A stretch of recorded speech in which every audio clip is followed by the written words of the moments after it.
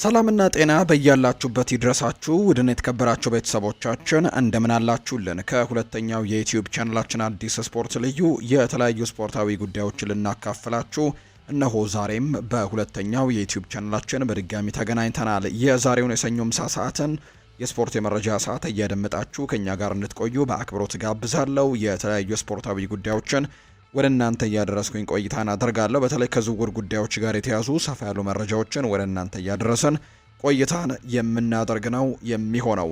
ፏድባሩ ፕሮግራሙን እመራለሁ። አርሰናልን፣ ማንቸስተር ዩናይትድን፣ ቸልሲን፣ ሊቨርፑልን፣ ሌሎችም የአውሮፓ ታላላቅ ክለቦችን የተመለከቱ እጅግ በርከት ያሉ ስፖርታዊ ጉዳዮችን ነው እያነሳን ቆይታን የምናደርገው።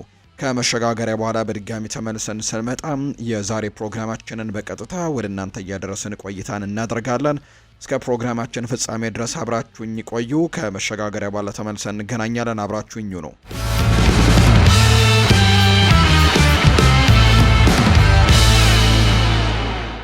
ወደ ቀዳሚው መረጃችን እናምራ። ማንቸስተር ዩናይትድ በዚህ የውድድር ዘመን 21 ግቦች ላይ በቀጥታ ለተሳተፈው ኮከቡ በሳምንት 400,000 ፓውንድ ክፍያ አዘጋጅቶለታል። ሆኖም ተጫዋቹ ሁለት ቅድመ ሁኔታዎች እንዳሉት ነው የሚነገረው። ብሩኖ ፈርናንዴስ ከኦልትራፎርድ ሊወጣ እንደሚችል በተደጋጋሚ ቢነገርም ማንቸስተር ዩናይትድ ግን አማካዩን በክለቡ የማቆየት ከፍተኛ ጥረት እያደረገ እንደሚገኝ የሚያሳዩ መረጃዎችም እየወጡ ይገኛሉ። እንደ ዘሚረር ዘገባ ከሆነ ክለቡ ለፖርቱጋላዊው ኢንተርናሽናል በሳምንት 400,000 ፓውንድ የሚከፍል እጅግ ከፍተኛ የውል ስምምነት አዘጋጅቷል። ይሁን እንጂ ብሩኖ እስካሁን በውሉ ላይም ለመፈረም አልተስማማም። ተጫዋቹ አዲስ ውል ከመፈረሙ በፊት የክለቡን ምኞት መመዘንም ይፈልጋል። ለዚህም ሁለት ዋና ዋና ቅድመ ሁኔታዎችን አስቀምጧል። ክለቡ ለሚቀጥለው የውድድር ዘመን የቻምፒየንስ ሊግ ተሳትፎን ማረጋገጥ አለበት። የአሰልጣኝነት ሁኔታ እንዴት እንደሚቋጭና ክለቡ በቋሚነትም ማንን እንደሚሾም ማወቅ ይፈልጋል።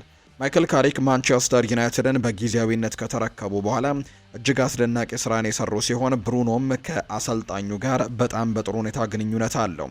በዚህ ምክንያትም የ44 ዓመቱ ማይክል ካሪክ አሰልጣኝ ቋሚ ሆኖ እንዲሾም ፍላጎት ካላቸው ተጫዋቾች መካከል አንደኛው ነው። የክለቡ አመራሮች በዚህ ጉዳይ ላይ የሚወስኑት ውሳኔ ብሩኖ በዩናይትድ ቤትም ያለውን የወደፊት ቆይታ ለመወሰንም ትልቅ ሚና እንደሚኖረው የሚያሳዩ መረጃዎችም እየወጡ ይገኛሉ። ብሩኖ በዚህ ውድድር ዘመን በሁሉም ውድድሮች 7 ግቦችን በማስቆጠርና 14 ኳሶችን አመቻችቶ በማቀበል ለክለቡ ያለውን ወሳኝነትም በድጋሚ አሳይቷል። እሱን ማጣት ለማንቸስተር ዩናይትድ ትልቅ ጉዳትም የሚሆን በመሆኑ ክለቡ እሱን ለማቆየትም የሚችለውን ሁሉ ማድረግ ይኖርበታል ተብሎ ነው የሚታሰበው። በአሁኑ ወቅት ማንቸስተር ዩናይትድ በካሪክ ስር ትልቅ መሻሻል እያሳየ ሲሆን የውድድር ዘመኑ በጥሩ ሁኔታ ለማጠናቀቅና ቻምፒየንስ ሊግ ለማለፍም እየታገለ ነው የሚገኘው።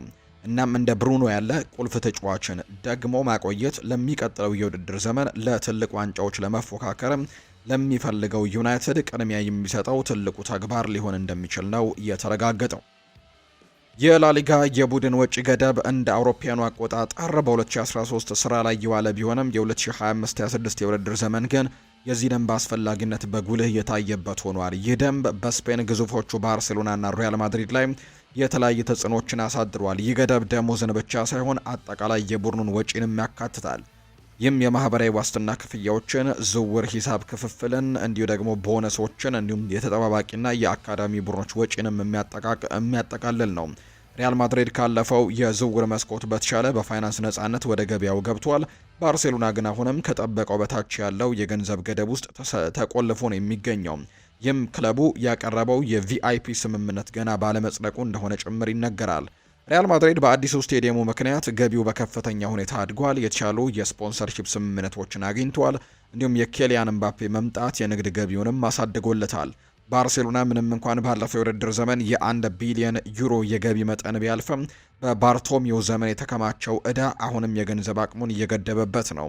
ሁለቱ ክለቦች ባሉባቸው የተለያዩ የፋይናንስ ሁኔታዎች ምክንያት የተለያየ የቡድን ግንባታ ስልትንም እየተከተሉ ነው የሚገኙት። ባርሴሎና እንዲሁ በደንቡ መሰረትም 1 ዩሮ ለማውጣት 1 ዩሮ መጀመሪያ መቆጠብ ይኖርበታል።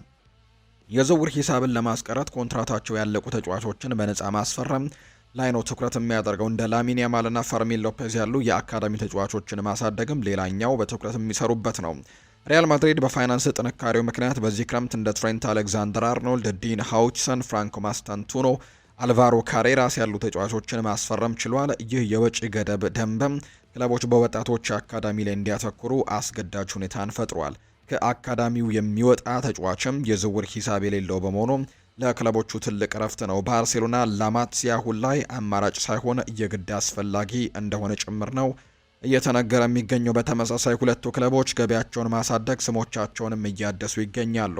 ባርሴሎና የስፖቲፋይ ካምፕን ውድሳት በጨዋታ ቀን የሚገኘውን ገቢ ለመጨመር ያለመ ነው። ሪያል ማድሪድ የታደሰውን ቤርናቢው በአሁኑ ወቅትም ከፍተኛ ገቢ እያስገኘ ይገኛል። የላሊጋ ወጪ ገደብ ደንቡን ግቡን ደግሞ መጥቷል። ክለቦች አሁን ላይ እንደ ቀድሞ ባለ ገደብ ደግሞ ገንዘብ አያወጡም።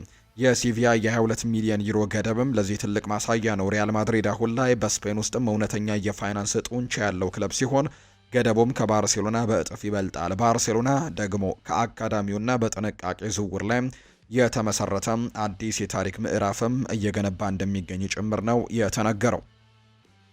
አስተን ቪላ የውድድር ዘመኑ ሲጠናቀቅ ሃሪ ዊልሰንን ለማስፈረም ፍላጎት አሳይቷል። እንደ ፋብሪዚዮ ሮማኖ ዘገባ ከሆነ ይህ የ28 ዓመት ተጫዋች በክረምት ነፃ ወኪል ወይም ፍሪ ኤጀንት የሚሆን ሲሆን ክለቡም ተጫዋቹን ነፃ ዝውውርም ለማምጣት የመጀመሪያ ደረጃ ንግግሮችን አድርጓል። ዊልሰን በዚህ የውድድር ዘመን 17 ግቦች ላይ ቀጥታ ተሳትፎን ማድረግ የቻለም ተጫዋች አስደናቂ ብቃትም እያሳየ የሚገኝ ነው። የዊልሰን ለአስተን ቪላ ምርጥ ፈራሚ ሊሆን ይችላል። በተፈጥሮ የቀይ መስመር አጥቂ ቢሆንም በማጥቃት መስመሩ ላይ በማንኛውም ቦታ የመጫወት ብቃትም አለው። ለቡድን አጋሮቹ እድሎችን ከመፍጠር ባለፈ ራሱም ግቦችን የሚያስቆጥር አይነት ተጫዋች ነው። የዌልሳዊ አጥቂ በከፍተኛ ደረጃ መወዳደር የሚፈልግ ሲሆን ለቻምፒየንስ ሊግ ተሳትፎ እየታገለ ያለውንና ትልቅ ፕሮጀክት ያለውን አስተን ቪላን ለመቀላቀልም ትክክለኛው ጊዜ ሊሆን ይችላል። እንደ ኡናይ ኤምሪ ያለ ከፍተኛ ብቃት ያለው አሰልጣኝ መኖሩ ለዊልሰን ተጨማሪ ሳቢ ምክንያት ነው። እንደሱ ያለ ተጫዋች በነፃ ዝውውር ማግኘት ለዌስት ሚድላንድ ክለቡም ትልቅ የብልህነት ስራ ወይም ደግሞ ማሲቭ ስራ ተደርጎ ነው የሚወሰደው። ሰንደርላንድም የተጫዋቹን ሁኔታ እየተከታተለ ይገኛል። ተጫዋቹ በአሁኑ ወቅት በሙያዊ ህይወቱ ምርጥ ደረጃ ላይ የሚገኝ ሲሆን ከፕሪሚየር ሊጉ ጋርም በሚገባ የተላመደ ነው። በመሆኑም አስተን ቪላን እንደተቀላቀለ ወዲያውኑ በቡድኑ ውጤታማነት አስተዋጽኦ ማድረግም ይችላል። ፉላም እንደሱ ያለ ተጫዋችም በነፃ ማጣቱ ቢያሳዝነው የኮንትራት ሁኔታው ግን ተጫዋቹን ለማቆየት አያስችለውም።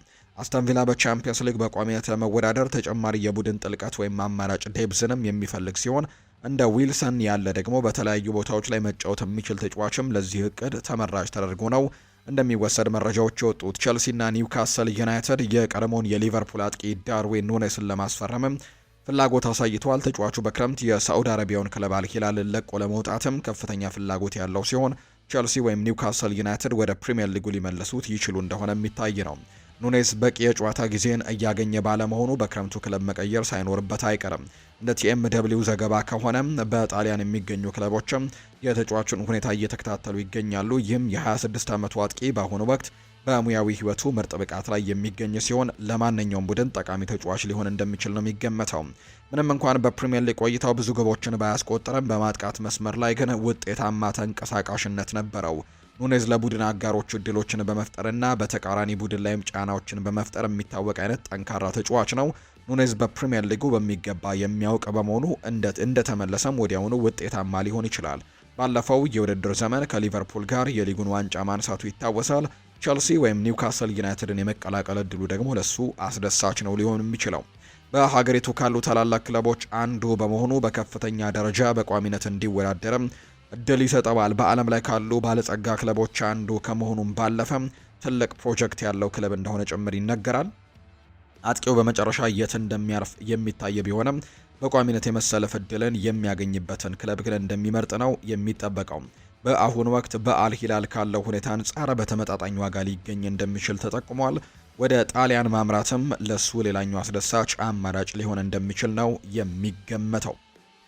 ባለፉት ወራት የቪክተር ኦሲሜን ስም ከፕሪሚየር ሊግ ክለብ ማንቸስተር ዩናይትድ ጋር ተያይዞ ሲነሳ የቆየ ጉዳይ ነው። ይሁን እንጂ ፉት መርካቶ የተሰኘው የፈረንሳይ ጋዜጣ እንደዘገበው ከሆነ ማንቸስተር ዩናይትድ ተጫዋቹን ለማስፈረም የነበረው ፍላጎት አሁን ላይ ቀዝቅዟል። ኦሲሜን ከቼልሲ ጋርም ስሙ ሲነሳ መቆየቱን እናስታውሳለን። የጀርመኑ ሻምፒዮን ባየር ሚኒክም የተጫዋቹን ፊርማ ለማግኘት በሚደረገው ፉክክር ቀዳሚነቱን የያዘ ይመስል ነበር። ባየር ሚኒክ ለሃሪኬን የረጅም ጊዜ ተተኪ የሚሆን ጥራት ያለው አጥቂም እየፈለጉ ሲሆን ናይጄሪያዊ ኦሲሜንም ኢላማቸው ነው። ኦሲሜን በፈረንሳይ በጣሊያንና በቱርክ ብቃቱን ያስመሰከረ ልዩ ተጫዋች መሆኑ አያጠራጥርም። በጀርመን ስኬታማ የመሆን አቅም አለው። ኦስሜን በዚህ ውድድር ዘመን 23 ግቦች ላይ በቀጥታ ተሳትፎን አድርጓል። ማንቸስተር ዩናይትድ በክረምት ሌላ አጥቂ የሚያስፈልገው ሲሆን በተለይም ጆሹዋ ዘርክዚን ለመተካትም የሚችል ተጫዋችን ነው የሚፈልጉት። ናይጄሪያዊው አጥቂ ለዩናይትድ ትልቅ ፈራሚ ሊሆን ይችል ነበር።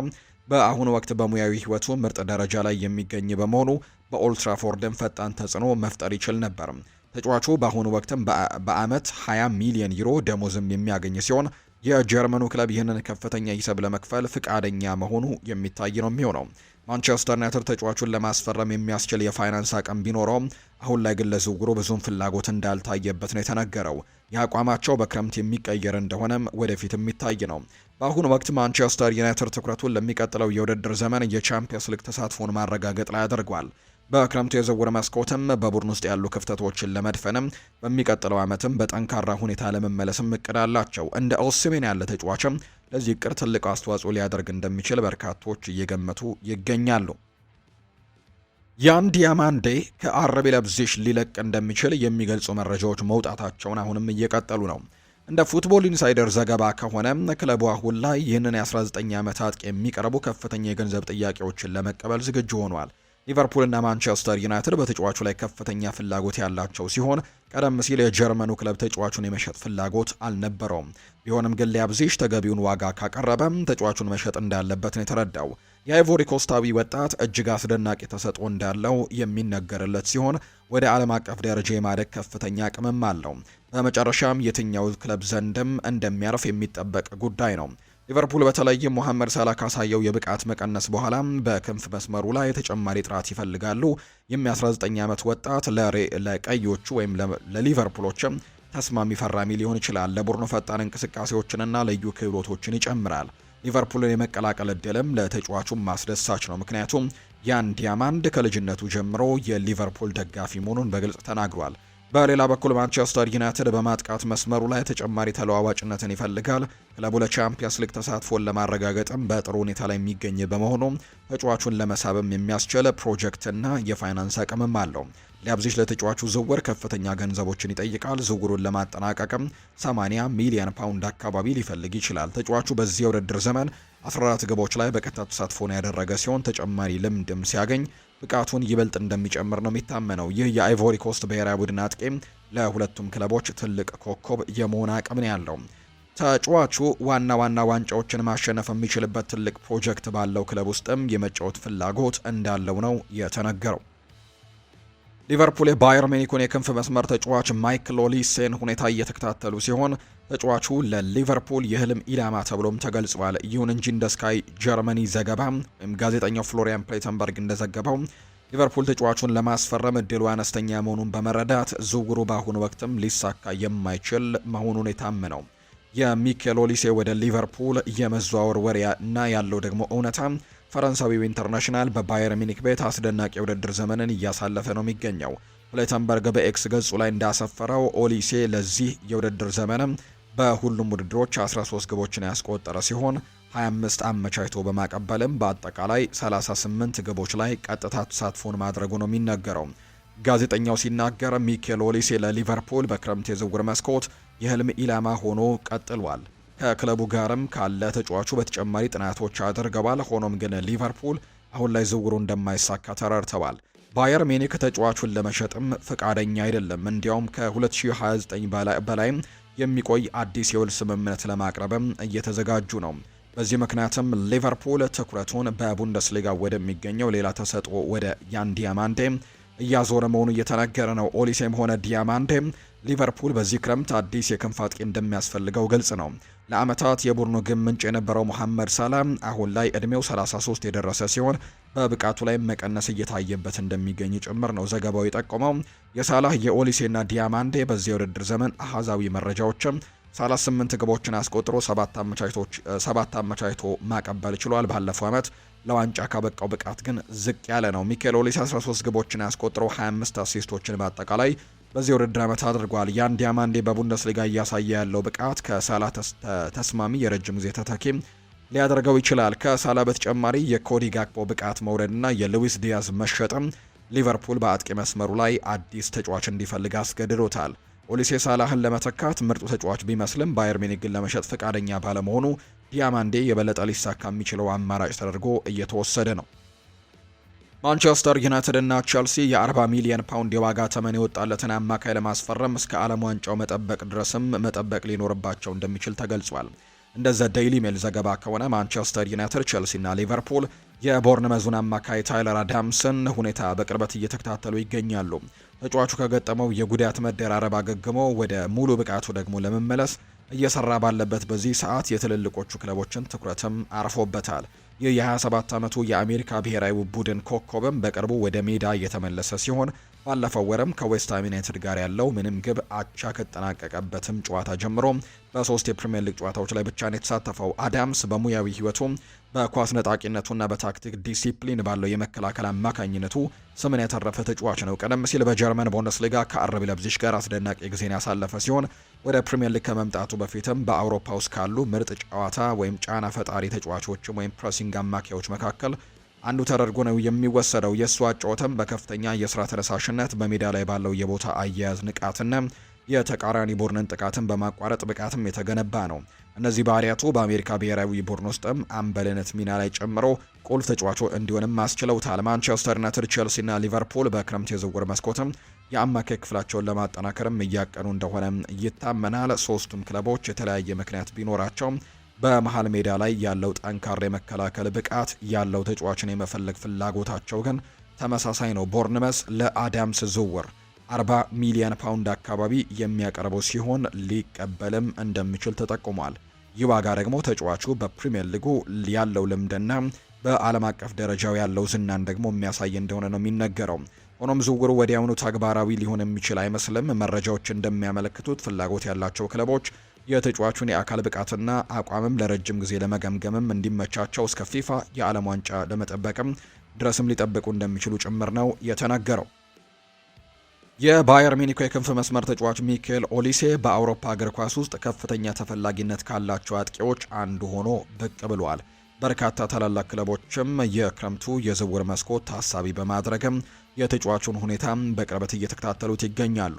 እንደ ቲም ቶክ ዘገባ ከሆነ ማንቸስተር ሲቲ እና ሊቨርፑል ዋጋው 100 ሚሊዮን ዩሮ አካባቢ ሊደርስ የሚችለውን የዝውውር ጉዳይ አስመልክቶ ከጀርመኑ ሻምፒዮን ጋር ንክኪ ማድረጉ ነው የተገለጸው። ይሁን እንጂ ባየር ሚኒክ ተጫዋቹን የመሸጥ ፍላጎት እንደሌለው በግልጽ አስታውቋል። ክለቡ የቀረቡለትን የመጀመሪያ ደረጃ ጥያቄዎችም ውድቅ ያደረገ ሲሆን በማጥቃት መስመሩ ላይ ወሳኝ ተጫዋች የሆነው የ24 ዓመቱ ኦሊሴ አሁንም ላይ ለመልቀቅ እንደማይፈልግ ነው ያስታወቀው። የኦሊሴ ዝና ባለፉት ጥቂት የውድድር ዘመናት በከፍተኛ ሁኔታ አድጓል። በድንቅ የኳስ ንጥቂያ ወይም ድሪብሊንጉ ብቃቱ በፈጠራ ችሎታውና ለአንድ ግንኙነቶችን ባለው አስቸጋሪነት የሚታወቀው የፈረንሳዊ አጥቂ በአሁኑ ወቅት በአውሮፓ ውስጥ ካሉ አደገኛ የክንፍ መስመር ተጫዋቾች ቀዳሚው ነው። ኦሊሴ በዚህ የውድድር ዘመን ለባየር ሚኒክ በሁሉም ውድድሮች 13 ግቦችን አስቆጥሮ 25 አሲስቶችን አድርጓል። በአጠቃላይ 38 የግብ ተሳትፎችን ያደረገው አስደናቂ ብቃትን ነው እያሳየ የሚገኘው። የባየር ሚኒክ አሰልጣኝ ቪንሰንት ኮምፓኒ ተጫዋቹ ስፔሻል ታለንት ሲሉ ይገልጹታል። ማንቸስተር ሲቲ በማጥቃት መስመሩ ላይ ያለውን የፈጠራ ችሎታና ተለዋዋጭነት ለማስቀጠልም አማራጮችን እያጠና ሲሆን፣ ሊቨርፑል ደግሞ የቡድን ግንባታ ሂደቱን ለማገዝ አጥቂ መስመሩን ማደስ ነው የሚፈልጉት። ይሁን እንጂ እነዚህ ፕሪሚየር ሊግ ክለቦች ብቻ አይደሉም ኦሊሴን የሚፈልጉት። ሪያል ማድሪድ እና ባርሴሎና የተጫዋቹን ሁኔታም በቅርበት እየተከታተሉት ይገኛሉ። ኦሊሴ ራሱ ወደፊት በስፔን ላሊጋ የመጫወት ፍላጎት እንዳለው ጭምር ተጠቁሟል። ባየር ሚኒክ ግን እጅግ አስገራሚ የገንዘብ ጥያቄ ካልቀረበለት በቀር ተጫዋቹን የመልቀቅ ምንም አይነት ሀሳብ የለውም። በቦሩሲያ ዶርትመንድ እና በክንፍ አጥቂው ካሪም አዲየሚ መካከል የሚካሄደው የውል ማራዘሚያ ድርድር ባለመቀጠሉ የተጫዋቹ በክለቡ ያለው ቆይታ አጠራጣሪ እየሆነ መጥቷል። እንደ ጀርመኑ ቢልድ ዘገባ ከሆነ የ24 ዓመት ተጫዋች እስካሁን አዲስ ውል ለመፈረም ፍቃደኛ ያልሆነ ሲሆን ይልቁንም ወደ እንግሊዝ ፕሪምየር ሊግ ደግሞ የመዘዋወር ተስፋ አለው። ተጫዋቹ አሁን ያለው ውልም በሚቀጥለው ሰኔ ወር ወደ መጨረሻው ዓመት የሚገባ በመሆኑ ዶርትሙንድ ተጫዋቹ በረጅም ጊዜ ለማቆየትም ወይም ደግሞ በቀጣይ በዝቅተኛ ዋጋ ላለማጣትም አሁን ላይ የመሸጥ አማራጭን ሊመለከት ይችላል። ይህ ሁኔታ የማንቸስተር ዩናይትድ እና የቼልሲን ትኩረት የሳበ ሲሆን ሁለቱም ክለቦች ቀደም ሲል ከጀርመናዊ አጥቂ ጋር ስማቸው ተያይዞ ሲነሳ የቆዩ ናቸው። ዶርትሙንድ የአዲየሚን በሲግናል ኢዱና ፓርክ ለረጅም ጊዜ ለመቆየት ቢሞክርም ድርድሩ ግን በጣም ውጤት አለመጣላቸውም። ለድርድሩ መጓተት ዋነኛው ምክንያት ተጫዋቹ በአዲሱ ውል ላይ የውል ማፍረሻ ሂሳብ ወይም ሪሊስ ክሎዝ እንዲካተት መጠየቁ ነው። እንዲህ ያሉ የውል ማፍረሻዎች በጀርመን የተለመዱ ቢሆንም እንደ ፕሪሚየር ሊግ ያሉ ሀብታም ሊጎች ግን ተጫዋቹን በቀላሉ እንዲወስዱ እድል ስለሚሰጥ ዶርትሙንድ ይህንን ጥያቄ ለመቀበልም እንዲሁ ይነግራቸዋል ተብሎ ነው የሚታሰበው። ለወራት የተካሄደው ድርድር አልባት ባለማግኘቱ የክለቡ ትዕግስት እንደሚሟጠጥም መሆኑ ተገልጿል። አዲየሚ ባለው ከፍተኛ ፍላጎት፣ ፍጥነት፣ ቀጥተኛ የማጥቃት ዘይቤና በማጥቃት መስመር ላይ በማንኛውም ቦታ የመጫወት ብቃቱ በእንግሊዝ ክለቦች ዘንድም ከፍተኛ አድናቆትም እንዳለው ነው የሚነገረው። በተለይም በፈጣን ሽግግሮች ወይም ትራንዚሽኖች እና በከፍተኛ ጫና ወይም ፕሬሲንግ ላይ የተመሰረተው የአጨዋወቱም ከፕሪሚየር ሊጉ ጠንካራ ፉክክር ጋርም ተስማሚ ያደርገዋል። ማንቸስተር ዩናይትድ እና ቼልሲ የተከላካይ ክፍሎቹን ሰብሮ መግባት የሚችል ፈጣን አጥቂ ለሚፈልጉበት እቅዳቸው አዲየሚ እንደ ተመራጭ አማራጭ እየተመለከቱት ይገኛሉ። ዶርትሙንድ የተጫዋቹን ለመሸጥ ፍቃደኛ መሆኑን ካሳወቀ ሁለቱ ክለቦችም ወደ ዝውውር ንግግርም እንደሚገቡ ነው የሚጠበቀው። ማይክል ካሪክ ማንቸስተር ዩናይትድን በጊዜያዊነት ከተረከበ በኋላ አስደናቂ ስራንም እየሰራ ሲሆን ከቆይታው ጋር ተያይዞም የተለያዩ ወሬዎችም እየተሰሙ ይገኛሉ። ማንቸስተር ዩናይትድ ለካሪክ ቋሚ የኃላፊነት ቦታ ለመስጠትም ፍቃደኛ ይሁን አይሁን የሚታይ ነው። እርሱ ስርም ለክለቡ ከፍተኛ መሻሻል ማሳየቱ ባያጠራጠርም ማንቸስተር ዩናይትዶች ግን ከፍተኛ ልምድ ያላቸው ሌሎች አሰልጣኞች ጋር ስማቸው እየተነሳ ነው። የቀድሞ ማንቸስተር ዩናይትድ አማካይ በክለቡ መስራት እንደሚወድና ስለ ወደፊት እጣ ፈንታው ብዙም እንዳልተጨነቀ ነው የገለጸው። በአሁኑ ወቅት ትኩረቱ ከቡድኑ ምርጡን ማውጣትም እንደሆነ ነው የሚነገረው። ከዚህ የውድድር ዘመን በኋላም በክለቡ መቆየትም አለመቆየቱ ጊዜ የሚፈታው ጉዳይ ነው። ካሪክ ሲናገር ካለው ሁኔታ ማምለጥ አይቻልም። በእውነቱ ስለ ጉዳዩ ብዙ የምናገረው ነገር የለም። እዚህ መሆን ደስ ይላል። የምንሰራውንም ስራ ወደዋለሁ ብለዋል። ከመጀመሪያው እንደተናገርኩትም ለማንኛውም አጭር ጊዜ መፍትሄ ብዬ ውሳኔ አልወስንም ብለዋል። እዚህ እስከ ቆየሁኝ ድረስም ለክለቡ የሚበጀውን የረጅም ጊዜ ውሳኔም የመወሰን ኃላፊነት አለብኝ ሲልም ነው የሚናገረው። በእርግጥ ጨዋታዎችን ማሸነፍ ይረዳል። ልጆቹም በዚህ ረገድም ጥሩ እየሰሩ ነው። የት ጋር እንደምናበቃ እንመለከታለን። ከዚያ ውጭ ግን የምጨምርላችሁ ብዙ ነገር የለም ሲልም ጭምር ነው የተናገረው። ይህ የ44 ዓመቱ አሰልጣኝ እስካሁን ባሳየው ውጤትም የክለቡን አመራሮች አመኔታ ማግኘት ችሏል። ማንቸስተር ዩናይትድ በረጅም ጊዜ እቅድ ውስጥም የካሪክን ስም ይጨምረው እንደሆነ የሚታይ ነው። ካሪክ ማንቸስተር ዩናይትድን በሚቀጥለው የውድድር ዘመን የቻምፒየንስ ሊግ ተሳትፎ እንዲያገኝ መርዳት የሚችል ከሆነ በቋሚነት ራሱን ለማስመስከርም እድሉ ሊሰጠው እንደሚገባ ምንም ጥርጥር እንደሌለው ነው በርካቶች እያነሱ የሚገኙት። ውድን የተከበራችሁ ቤተሰቦቻችን ከሁለተኛው የዩቲዩብ ቻናላችን አዲስ ስፖርት ልዩ ለዛሬ ያዝንላችሁ የተለያዩ የዝውውር ጉዳዮችን እያነሳንበት የስፖርት ፕሮግራማችን ይህንን ይመስል ነበር። ቆይታችሁን ከኛ ጋር ያደረጋችሁ በሙሉ ላቅ ያለ ምስጋናችንን ለእናንተ ማቅረብ እንወዳለን። ፉአድ ባህሩ የዛሬውን ፕሮግራም እየመራው ከእናንተ ጋር ቆይታን አድርጌያለሁ። በነገው ደግሞ ፕሮግራማችን እንደተለመደው ሌሎች የዝውውር ጉዳዮችን፣ ሌሎች ስፖርታዊ ጉዳዮችን አካተን በድጋሚ ተመልሰን እንገናኛለን። ዛሬ ግን እዚህ ጋር ነው ቆይታችንን የምናበቃው። ስላደመጣችሁኝ ከልብ አድርጌ ያመሰገንኩኝ። መልካም ጊዜ እንዲሆንላችሁም በአክብሮት ተመኘሁኝ።